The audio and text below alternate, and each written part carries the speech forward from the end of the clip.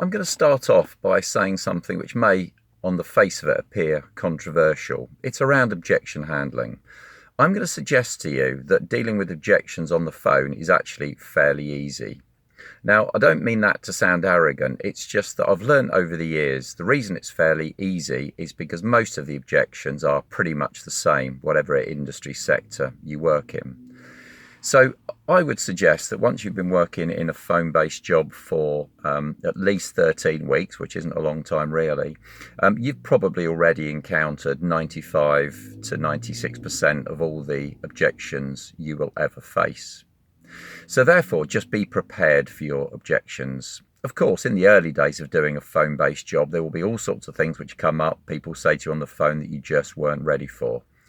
But don't worry about it, simply go away, find out the answer. There's many sources of great information. You can ask your colleagues who are doing the same job, or if things come up which really throw you, by all means have a word with your manager or your sales director or the company owner, depending on the size of the company. But find out, ask them, say, look, I had somebody say to me today this and I wasn't quite sure what to say. How would you have dealt with it? Because once you've done all that, then of course you can learn the responses. So when that question comes up next time, you can be ready for it. So I genuinely think that dealing with objections really isn't that difficult. Once you've heard them once or twice, you should be ready to deal with them.